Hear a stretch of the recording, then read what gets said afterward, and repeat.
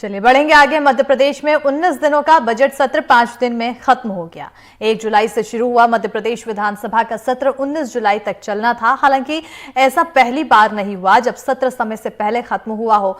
पिछले 20 सालों में ये अभी तक का सबसे छोटा बजट सत्र रहा है।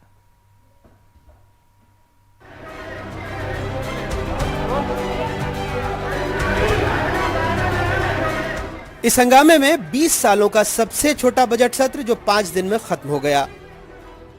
विधानसभा के अंदर आप देख सकते हैं किस तरीके से हंगामा हो रहा है। कांग्रेस के विधायक हैं तमाम जो बाहर नारेबाजी करते देख सकते हैं और खास तौर पे नरसिंह घोटाले समेत दूसरे घोटालों को लेकर जो है हंगामा करते हुए देखे जा सकते हैं। नारेबाजी चल रही है सदन के अंदर और वॉकआउट किया है विपक्ष ने।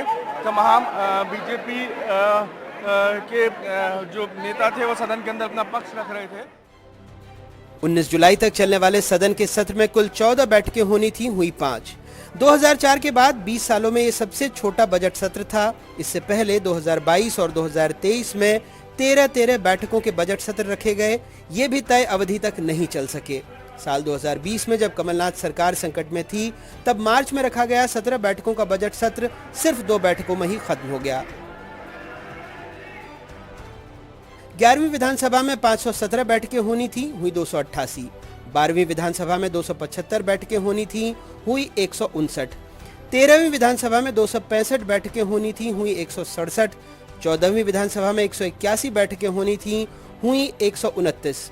15वीं विधानसभा में 115 बैठकें होनी थी, हुई 79।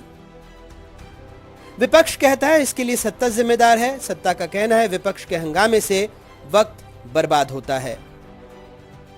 ये तो सरकार बताए, हम तो तैयार हैं, हम तो कोई हंगामा नहीं कर रहे हैं।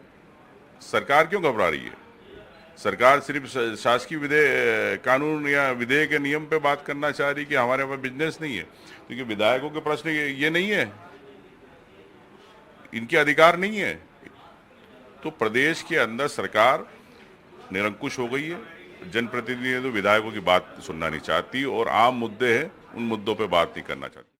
देखिए, सवालों के तो जवाब आ जाते हैं। ये कहना बिल्कुल गलत है कि सवालों का जवाब नहीं आता है। तारांकित प्रश्न हो या अतारांकित प्रश्न हो, वो प्रश्नोत्तरी में दर्ज हो जाता है। और सदन यदि नहीं चल पाता है अपरिहार्य कारणों से तो आगामी सत्र में भी प्रश्नोत्तरी प्राप्त हो जाती है, तो उसको देख करके भी व्यवस्था की जा सकती है। लेकिन मैं उनसे पूछना चाहता हूँ कि वेल में कौन आता है, शोर शराबा कौन करता है, क्यों समय में व्यवधान खड़ा करके उस समय की कटौती की जाती है। जब विधानसभा की कार्रवाई शुरू होनी रहती है तब सत्ता पक्ष और विपक्ष बैठकर रणनीति बनाते हैं कि यह सत्र पूरा चलेगा, लेकिन ऐसा हो नहीं पाता है।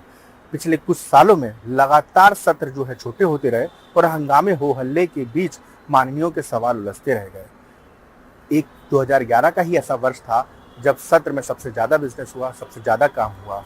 इस सत्र को नहीं चल पाने के पीछे दोनों सत्ता पक्ष और विपक्ष एक दूसरे पर आरोप प्रत्यारोप की राजनीति करते नजर आते हैं।